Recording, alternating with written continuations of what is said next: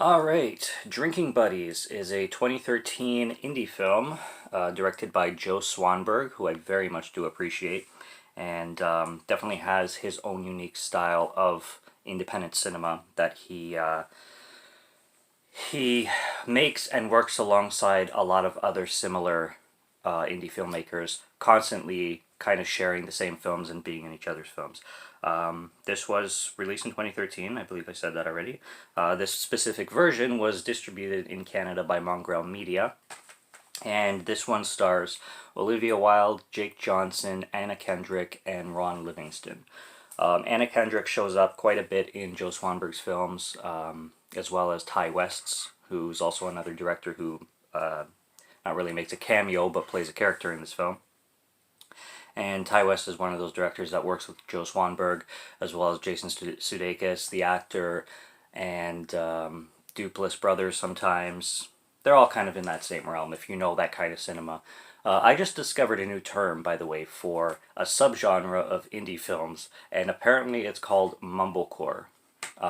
Sounds like a metal genre, but or a music genre in general. But apparently, what they call films like this, which is films with a lot of talking and basically little to no plot and little resolutions to anything, but more so the development of characters and people basically just hanging out in front of a camera.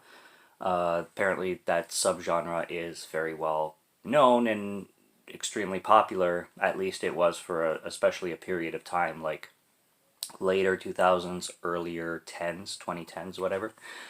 And I've always liked that kind of cinema. I just never knew what it was called. I just called it indie films. But I've always liked this one since the first time I've watched it. The cast is absolutely phenomenal.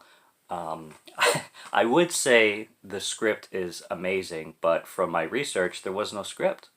Joe Swanberg kind of basically gave the cast and crew and characters a breakdown or a semi kind of idea on where the film was going to go and what was going to take place, and then basically he would roll the camera and had sections of the film, obviously in parts and in scenes, and just would let the actors and actresses wing it.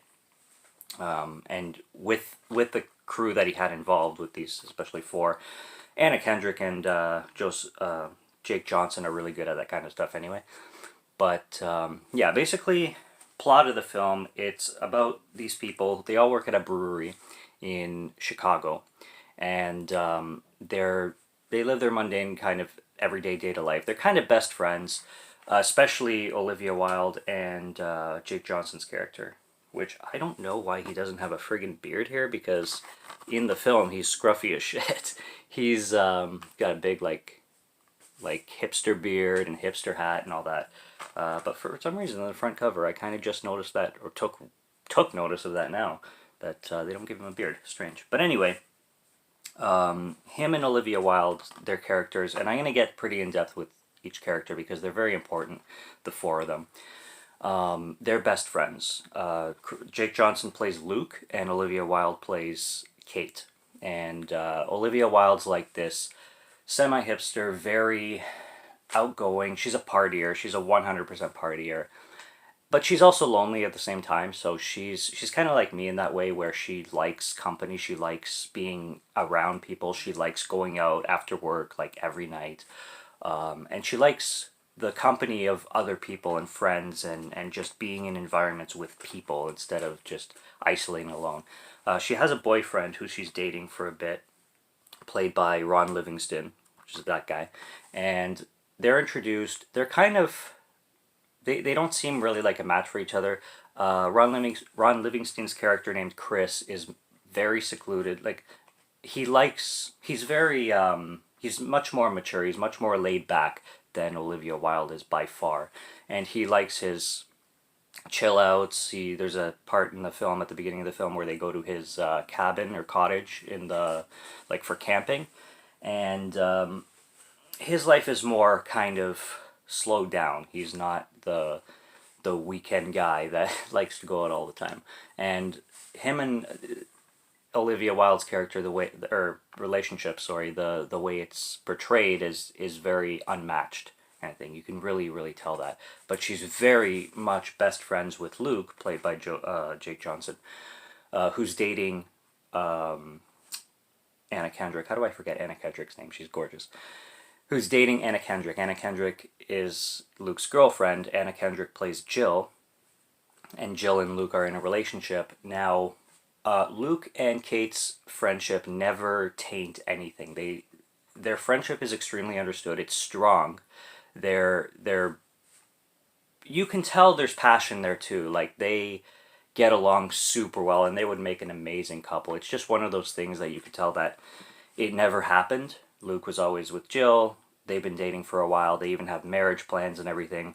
Kate is with Chris. They have been dating for 8 months approximately. He mentions they were dating for 8 months, but they obviously break up in the middle of the film, but this is a spoiler review. So that's like their characters fleshed out in a nutshell. As I was saying, Chris invites them after a tasting they're having at the brewery. I love their dynamic at the brewery too, like how these people all they're basically having fun at work, kind of. I mean, frig, the film is packed with drinking. They are constantly drinking. Like on their breaks, they're having beers with lunch, and their whole lifestyle revolves around tastings and bars and selling to restaurants and having parties and industry stuff at restaurants and other breweries and shit like that. But it plays out as a very what's the word for it, like I'm not gonna say personal film, but like grounded kind of a dive into the lifestyle of what these people do for work kind of thing. Regardless, there's a tasting, and then Chris, dating Kate, invites the three of them, the other two couple, Jill and Luke, to his cabin. And over there, they're hanging out, they're chilling. You can definitely see the friendship between Kate and Luke and how close they are, and then how odd Kate and Chris's relationship is. But what happens is Luke and Kate stay behind at the cottage while Jill and Chris go on a hike, and the hike ends up turning into a picnic and getting weirdly romantic. And after they leave the cabin and stuff, nothing is really mentioned, but this is where Chris breaks up with Kate because he realizes that he's not interested in Kate. He hasn't really been for a while, but I don't know why it took him having to make out with a chick that he invited on vacation to realize that, but it did. But it's a quick breakup, it's an awkward breakup. You don't even see it happen, it's off screen. And the next day, Kate shows up at work ready to party again and all that. And it's actually funny because Chris drops a line in the forest during the picnic. He cheers to Jill, saying, here's to not fucking around. Kind of ironic. Not that he fucks around, but he macks her and stuff. And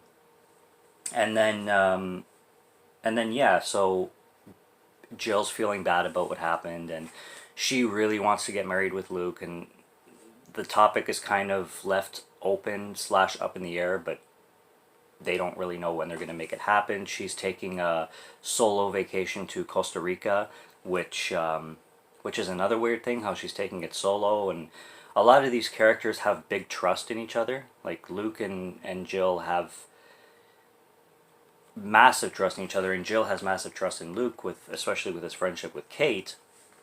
And it kind of raises the question sometimes whether Jill and Luke do love each other, but it never really gives you question that they don't either. It's just they really have an understanding relationship for each other kind of thing. And Kate, on the other hand, is really trying to look for love, but she obviously keeps looking for it in the wrong places, and even chasing things too hard, like the scene where she goes to Chris's apartment, and you think that this is gonna turn into another hookup scene where they're gonna get back together or something, like not even maybe just a day later she shows up and he lets her in and everything, but he really lays down the grounds and says like that he does wish for the relationship to be over, and he knows it's over. He's done with it. but she's, I guess, at that stage where everybody around her is so happy and has found that perfect one, and she hasn't. And she kind of gets rid of that loneliness by wanting to go out all the time and hang out with friends all the time. And it's funny when she hooks up with Ty West's character Dave, who Ty West is a funny guy. When he shows up in other directors' films, he often plays that guy who tries to hook up real fast. He plays that suave, like sometimes he even plays a director in like his character will be a director. Sometimes he'll even play himself, and he's always that guy who's like has his work and loves his work, and then just tries to hook up with some random girl. Well, he does that in this film with Kate, and his name is Dave in the movie. And it's funny because Luke really does not like Dave, and that is very, very obvious. There's parts where he'll say like snarly things to Dave, and you're just like, whoa, is there like like is there a fight gonna be broken up? But yeah, they're Luke is not happy with Dave hooking up with Kate, and then it causes all that tension in like the third act and stuff like that. But at the same time, like it also shows that Luke is in no place to judge Kate, and he's emotionally has opinions and is protective of his friend, but it doesn't create perfect characters like a good indie film, and film like this shouldn't. It really shows the human sides of everybody and doesn't point fingers or pick villains or anything like that. It just shows mundane relationships and humanistic relationships, which is one thing I love indie films for, is how human they feel. Sometimes Hollywood gets really in the way of that kind of stuff. Going back to like the conversations and the, I guess, mumblecore genre style, it's, you can tell, like as soon as I heard that there wasn't a script, I wasn't in the least bit surprised. I love the banter between the couples, like especially Jill and Luke, that just seems so humanistic, like I was saying, and like everyday conversations, and they're not forced at all. The actors are so good at speaking and talking like human couples would, and you really get an in-depth look on where their lives are and where they are kind of in life in just dialogue. It's really nice. It's really a breath of fresh air from standard like films that kind of spell everything out for you and shit like that. And it's funny when and I felt bad for the guy when Luke goes to help Kate move, and he has that accident with the nail and starts bleeding everything, and you can tell, you can feel the tensions rising and stuff. And then Joe Swanberg making his little cameo as the angry driver, I thought that was funny. And that whole fight breakout, I'm like, wow, that's such the worst timing for everything. And then Kate calling Dave, especially knowing that friggin' Luke doesn't like the guy, and other friends from the brewery, calling them to help her move and shit, when you can really tell that Luke and Kate were really like poking each other's buttons at that point, because there was tension in both of them. And but like I like that was a dick move on her part to invite other people, because Luke really did say, like, he gave all of himself to help her move when he didn't even have to, and didn't owe her anything necessarily, and even treated her for dinner, and then she kind of cancels those plans and just wants to go out with the guys, and then that's where he flips out and kind of makes a sarcastic argument with Kate. But it's that last scene. It's the last scene in the film that is iconic,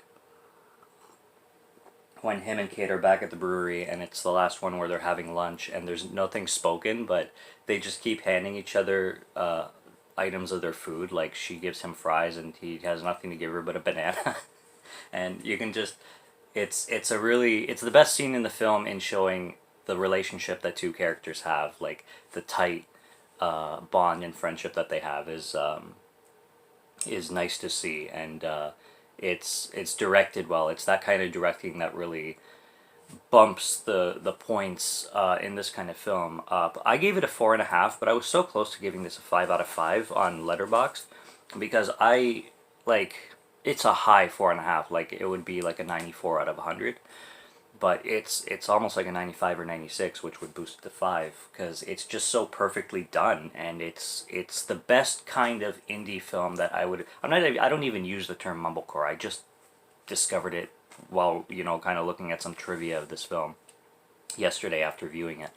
But like it's the best kind of independent film that I would show somebody who hasn't really experienced a lot of independent films. It's perfectly made for that type of movie. It's just absolutely great. And if you like, if you're into beer, if you're into wine, this is beer drinking mostly, but if you're into like the culture of that, like IPAs and stuff like that, you're gonna get a kick out of the environment and the lifestyle and the industry. There you go, the industry of where these characters work and how they live, kind of thing.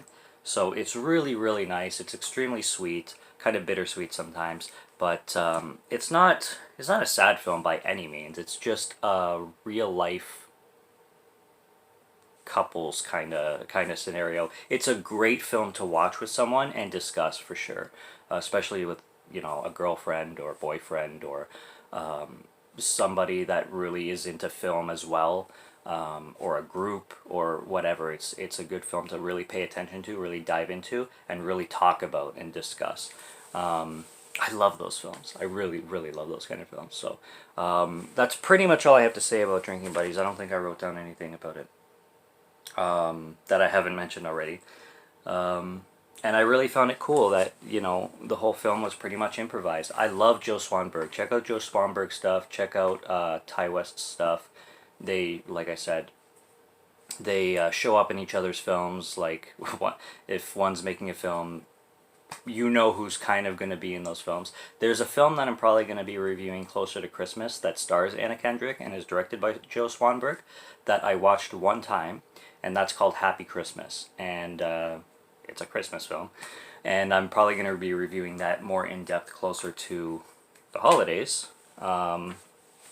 But Joe Swanberg is a name to look for. Joe Swanberg. That's about it. So subscribe to Morgan Film Fan if you like to listen to my voice or if you like to listen to my reviews. And there's plenty more to come, and there's plenty more on the channel. So till next time, have a good one, and cheers.